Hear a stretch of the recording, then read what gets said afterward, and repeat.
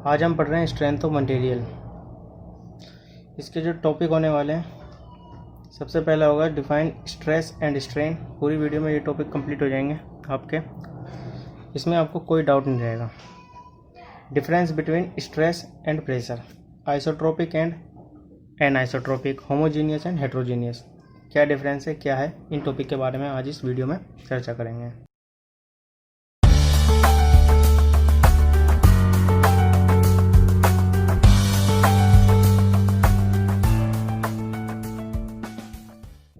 तो सबसे पहले बात करते हैं हम स्ट्रेस की।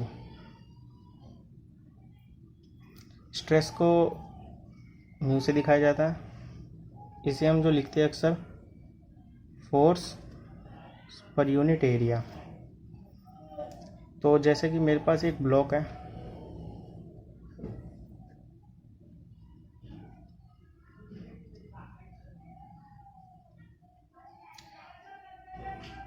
इसका क्रॉस सेक्शन एरिया ए, मैंने एक फोर्स लगाया एफ। आप यहाँ पे लोड भी लिख सकते हैं, अप्लाइड लोड। मैंने एक फोर्स लगाया तो इसके ऊपर एक प्रेशर जनरेट होगा।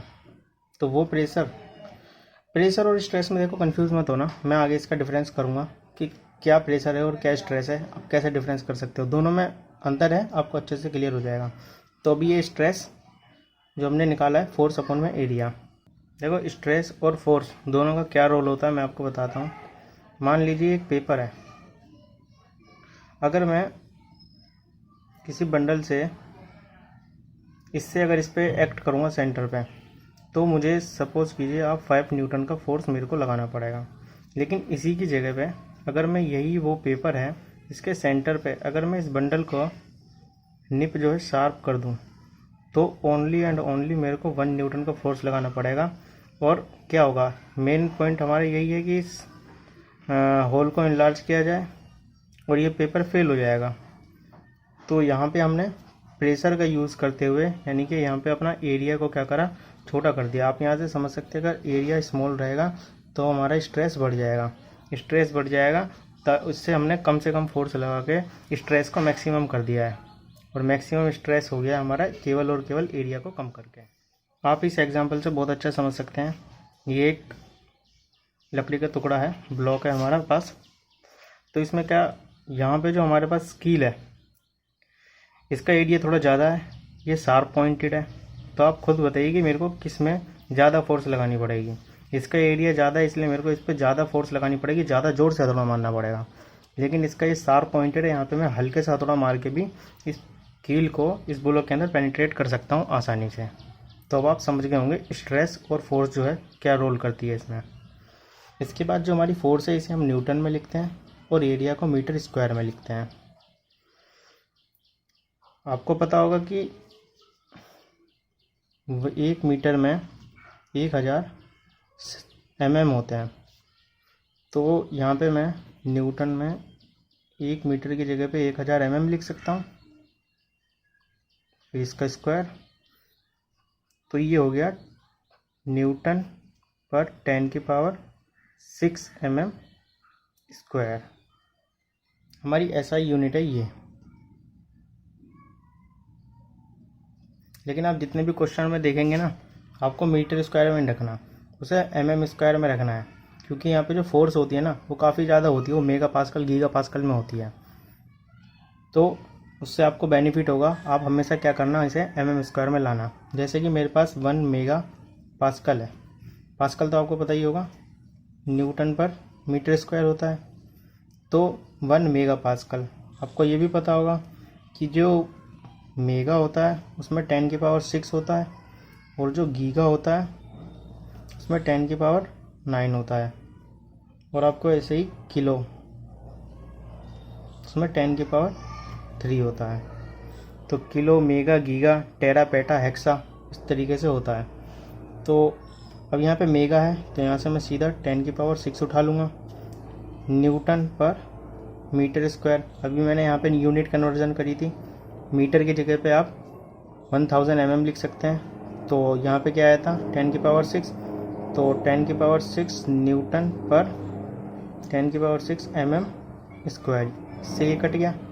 तो आपने क्या जाना कि 1 मेगापास्कल इक्वल टू में न्यूटन पर mm², ये एक दूसरे के बराबर है।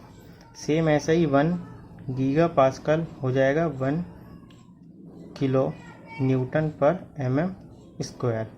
यहाँ पे देखिए ना 3 जीरो ज़्यादा है, तो यहाँ पे 3 जीरो का किलो लग गया, तो ये चीज़ कट। ये तो हो गई स्ट्रेस के बारे में। मैं इसको टॉपिक नंबर ये हमारा जो चल रहा था 1 हो गया। अब पढ़ेंगे हम स्ट्रेन के बारे में।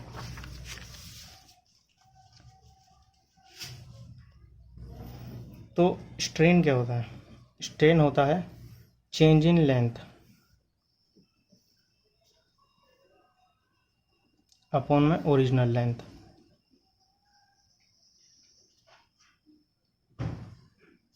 जिसे हम ऐसे भी ले सकते हैं चेंज इन लेंथ अपॉन में ओरिजिनल लेंथ। ये तो आपको पता ही होगा L2 - L1 divide by L। ये एक हमारे पास एक बार है, टेंसाइल फोर्स लगाई मैंने। ये फोर्स भी मैं आपको नेक्स्ट वीडियो में बता दूंगा। एक फोर्स ये, एक फोर्स ये। तो अब क्या होगा आपको पता है, इसका साइज थोड़ा इंक्रीज हो जाएगा और अब ये इतना हो जाएगा। तो ये थी इसकी ओरिजिनल लेंथ L, और ये क्या है, ये इसकी L2 है, यानी कि फाइनल लेंथ, इनिशियल लेंथ। तो सपोज कीजिए कि ये अगर 5 है और ये 10 है, तो इस फॉर्मूले के हिसाब से 10 - 5 divide by 5 original length L1। तो यहाँ पे आ गया 5 डिवाइड बाई 5, ये कट गया, 1 आया। अब इसमें 100 लगा सकते हैं ताकि ये परसेंटेज में बन जाए। तो अभी आया 100%। 100% का मतलब क्या हुआ कि ये जितना पहले था ना, अब जो इसका साइज हुआ है, मतलब जो इसके में चेंज आया है, वो पहले के ही बराबर है। अगर सपोज कीजिए यहाँ पे 50 आता, अगर ये इसकी जगह पे ये 50% होता, तो मतलब जितना इसमें चेंज हुआ है ना, वो अपनी ओरिजिनल लेंथ की तुलना में 50% है। और अगर इसी की जगह पे ये 200 होता, तो मतलब जो इसका साइज पहले था ना, उससे अब ये 2 गुना ज़्यादा बढ़ गया। मतलब 10 की जगह ये पहले 5 था ना, तो 10 ये और ज़्यादा बढ़ गया है और ये 15 का हो गया है। क्योंकि चेंज देखना है ना हमें, चेंज कितने का है। पहले इनिशियल 5 था, अब ये बढ़ के 15 हो गया। चेंज कितने का है, 10 का है चेंज, मतलब 5 से वो 15 चल गया, 10 बढ़ गया ना। तो उसके इनिशियल के हिसाब से देखेंगे तो वो 2 गुना बढ़ गया, मतलब 200%। अब हमारा दूसरा टॉपिक है डिफरेंस बिटवीन प्रेशर और स्ट्रेस। सबसे पहले हम स्ट्रेस की एक डेफिनेशन जान लेते हैं, जो मैंने पहले नहीं बताई थी। अभी देख सकते हो पेपर में आया तो ये लिख देना सेमेस्टर के एग्जाम में। When a material is subjected to an external influence, जब किसी भी बॉडी पर आप एक्सटर्नल फोर्स लगाएंगे तो एक रेजिस्टेंस फोर्स सेटअप होगी। तो इसको हम बोलते हैं internal resistance force per unit area acting in a particular plane is known a stress. अब देखो मैं एक एग्जांपल से आपको समझाता हूँ। आप खड़े हैं, आपको किसी ने सबसे पहले धक्का दिया, ठीक है। आप थोड़ा सा पहले पीछे हटेंगे, मतलब आप में क्या हुआ, स्ट्रेन हुआ, मतलब आपके चेंज इन लेंथ, जो हमने स्ट्रेन में फॉर्मूला देखा था चेंज इन लेंथ। फिर आपने एक उसके विरुद्ध, मतलब अगेंस्ट में आपने एक फोर्स डेवलप करी, मतलब आप वापस आए अपनी ओरिजिनल पोजीशन पे। पहले तो फिर आपने स्ट्रेस डेवलप कर लिया। अब जब आप अपनी ओरिजिनल पोजीशन पे आ गए, मतलब आप स्टेबल हो गए। तो इसे हम कह सकते हैं कि सबसे पहले क्या आता है, स्ट्रेन आता है, ठीक है। फिर इसके बाद आता है स्ट्रेस आता है। फिर इसके बाद क्या आता है, स्टेबिलिटी जो आती है हमारे, ठीक है। याद रखना सबसे पहले स्ट्रेन, स्ट्रेस, स्टेबल। तो ये जो हम स्ट्रेस पढ़ते हैं ना, ये किसी भी बॉडी के अंदर खुद के, उस बॉडी के खुद के अंदर जब स्ट्रेस डेवलप होता है ना, एक किसी बाहर से लगाई गई फोर्स के अगेंस्ट में, उसे हम स्ट्रेस बोलते हैं। इसलिए अब हम इसका डिफरेंस में देखें तो यहाँ पे इंटरनल रेजिस्टेंस लिखा हुआ है। तो यही हो गया इसकी पहली लाइन। तो pressure is an external normal force per unit area, और स्ट्रेस क्या हो गया, इंटरनल रेजिस्टेंस। अब इसका दूसरा क्या है, pressure is always normal to area, और इसमें है stress need not to be normal to area. देखो इसका मतलब क्या है, ये एक हमारे पास बीकर है, इसमें पानी भरा हुआ है, ये एक प्रेशर लगा रहा होगा, हमें पास्कल लॉ से पता है कि सभी तरफ क्या है, समान प्रेशर लग रहा होगा, और वो क्या होगा, हर बार इस वॉल के परपेंडिकुलर ही होगा। ये बात आप समझिए, ठीक है। लेकिन जो इसमें बोला है कि ज़रूरी नहीं कि ये नॉर्मल भी हो। अभी अगर आप प्रिंसिपल प्लेन पढ़ेंगे तो ये जो हमारा ब्लॉक होता है, अभी हम इसमें वर्टिकल देख रहे हैं काट के, क्या पता मैं इस ब्लॉक को ऐसे काट दूं, अब मैं इसके ऊपर डिजाइन करूं कि यहाँ पे क्या प्लेन पड़ रहा है। आप जब भी एक एक्सपेरिमेंट देखना टेंसाइल टेस्ट का, यूटीएम मशीन पे यूट्यूब पे मिल जाएगा आपको। जब ये एक हमारी स्टील की रोड थी, इसको जब टेंसाइल फोर्स से खींचा जाता है तो देखना कि कुछ ऐसे कप शेप में टाइप में टूटती है इस तरीके से। ये यूं ही क्यों टूटी, कप शेप क्यों बना, ये ऐसे भी तो टूट सकती थी। तो इसका मतलब क्या है कि वर्टिकल प्लेन पे ज़्यादा फेलियर ना होके 45 डिग्री पे ज़्यादा फेलियर हुआ है। यहाँ पे शियर फोर्स ने एक्ट किया था, इसीलिए ये कप साइज में टूट आई है। ये आपको प्रिंसिपल प्लेन वाले चैप्टर में अच्छे से समझ में आ जाएगा। तो इसलिए ज़रूरी नहीं कि ये नॉर्मल भी हो, लेकिन प्रेशर हमेशा नॉर्मल रहेगा, इसकी पूरी गारंटी है। इसके बाद आता है pressure is a scalar quantity और stress is a tensor quantity. देखो जहाँ भी टेंसर का वर्ड आ जाए समझ जाना इसमें 3 क्वांटिटी से मिलके बना है। जैसे कि आपको पता होगा, मैं समझा देता हूँ एक बार फिर से। एक होता है हमारे पास स्केलर, फिर होता है वेक्टर, फिर आता है टेंसर। स्केलर में आपको पता है क्या होता है कि मैग्नीट्यूड है, ओनली क्या है, मैग्नीट्यूड है। मैग्नीट्यूड है, कोई भी डायरेक्शन नहीं है, मतलब नो डायरेक्शन, कोई क्या है, डायरेक्शन नहीं होती। लेकिन वेक्टर में क्या होता है, मैग्नीट्यूड भी होता है और डायरेक्शन भी होती है। टेंसर में क्या होता है, मैग्नीट्यूड भी होता है, डायरेक्शन भी होती है और प्लेन भी होता है। प्लेन जैसे कि एक्स हो गया, वाई हो गया, जेड हो गया। अब आपको टेंसर वेक्टर समझ में आ गया होगा।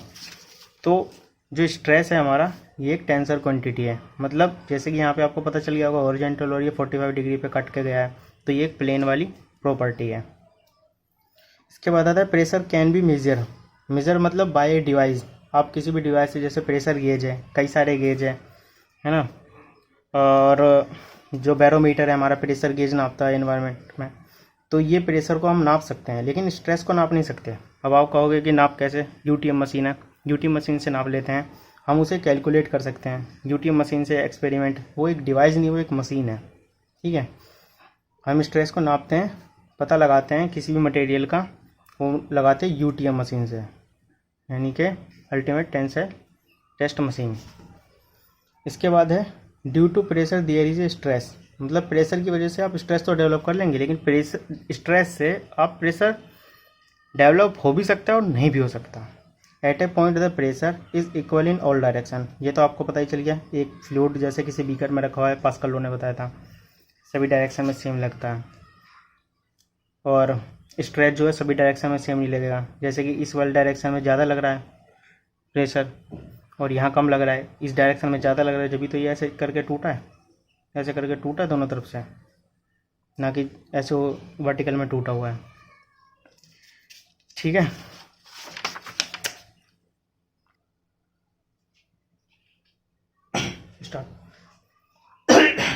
स्टार्ट। अब हम बात करेंगे होमोजीनियस और हेट्रोजीनियस के बारे में। जैसे कि हेट्रोजीनियस का पहले मैं एग्जांपल बता दूं और होमोजीनियस का, इसका एग्जांपल आप मान लीजिए एयर या फिर वाटर प्लस मिल्क। हेट्रोजीनियस का मान लीजिए आप वाटर प्लस ऑयल। एग्जांपल पहले समझ लीजिए, आपको अच्छे से समझ में आ जाएगा। होमोजीनियस क्या है, जैसे अभी मेरे आसपास एयर है, आपके आसपास भी एयर होगी। अगर मैं यहाँ से एक सैंपल लेता हूँ, उस सैंपल में देखता हूँ ऑक्सीजन कितना है और नाइट्रोजन कितना है, तो वो अनुपात जो मेरे को मिलेगा वही अनुपात आपको भी मिलेगा, ठीक है। मतलब मैं यहाँ से वहाँ तक एयर में कोई दिक्कत नहीं है। अगर मैं वाटर में मिल्क मिला दूँ, थोड़ी देर बाद उसे घोला दूँ, तो उसके बाद क्या होगा, वो वाटर और मिल्क बिल्कुल अच्छे से मिल जाएगा। अब जैसे ये बीकर है, इसमें पानी है और दूध भी है।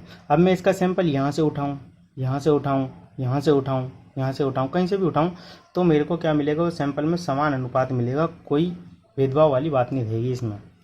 लेकिन अगर यही एक्सपेरिमेंट अगर आप इसमें करते हैं, ये पानी ले लीजिए, फिर इसमें थोड़ा तेल डालेंगे और चम्मच से अगर घुलाएंगे, तो कहीं पे देखना तेल के छोटे छोटे बुलबुले से बन जाएंगे।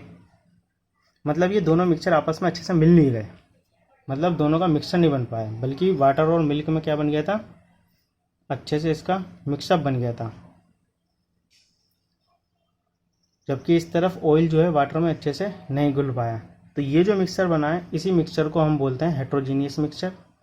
और जो होमोजीनियस मिक्सचर है, ये बना है आपका वाटर और मिल्क का। बिल्कुल आप अच्छे से समझ गए होंगे इस बात को, ये एग्जाम्पल ही आप याद रखेंगे तो हेट्रोजीनियस और होमोजीनियस में कभी नहीं भूलेंगे।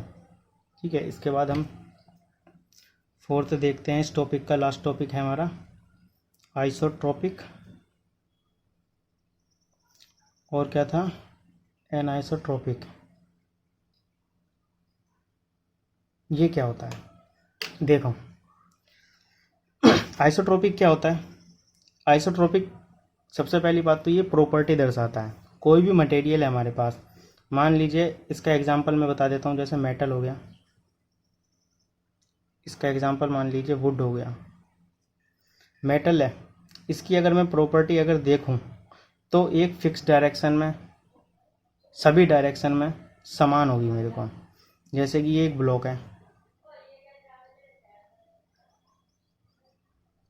बात को समझना।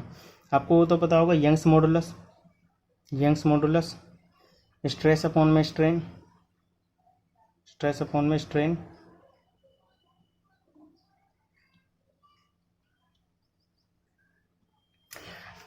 तो अगर मैं स्ट्रेस देखूं, वो यंग्स मॉडुलस देखूं, वो इस डायरेक्शन में मेरे को सेम मिलेगा, इस डायरेक्शन में मेरे को सेम मिलेगा, और तो और आपको इस वाली डायरेक्शन में भी यंग्स मॉडुलस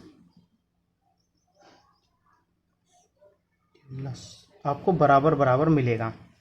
ठीक है, और तो और टेम्परेचर भी एक प्रॉपर्टी है। आपने अगर यहाँ से मेटल है, यहाँ से हल्का हीट दिया, तो वो हीट यहाँ तक पहुँच जाएगी थोड़े टाइम बाद, लेकिन पहुँच तो जाएगी ना। तो ये टेम्परेचर भी एक प्रॉपर्टी है, मतलब पूरे में ये क्या हो गई, डिस्ट्रीब्यूट हो गई आराम से।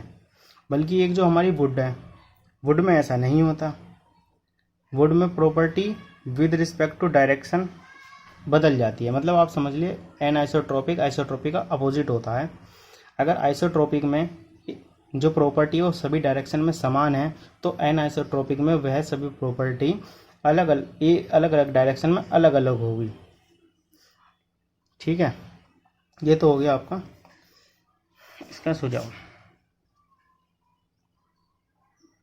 ये बात मैंने यहाँ भी लिख दी है, फिजिकल हो गई, mechanical property, thermal property are same in all direction. ये ब्लॉक है, इसकी सभी डायरेक्शन में सेम हो गई। तो आज के हमारे सारे टॉपिक कवर हो गए हैं। तो आपको मैं अगली नेक्स्ट वीडियो में बाकी सारे टॉपिक कवर करा दूंगा। तो थैंक यू। ठीक है।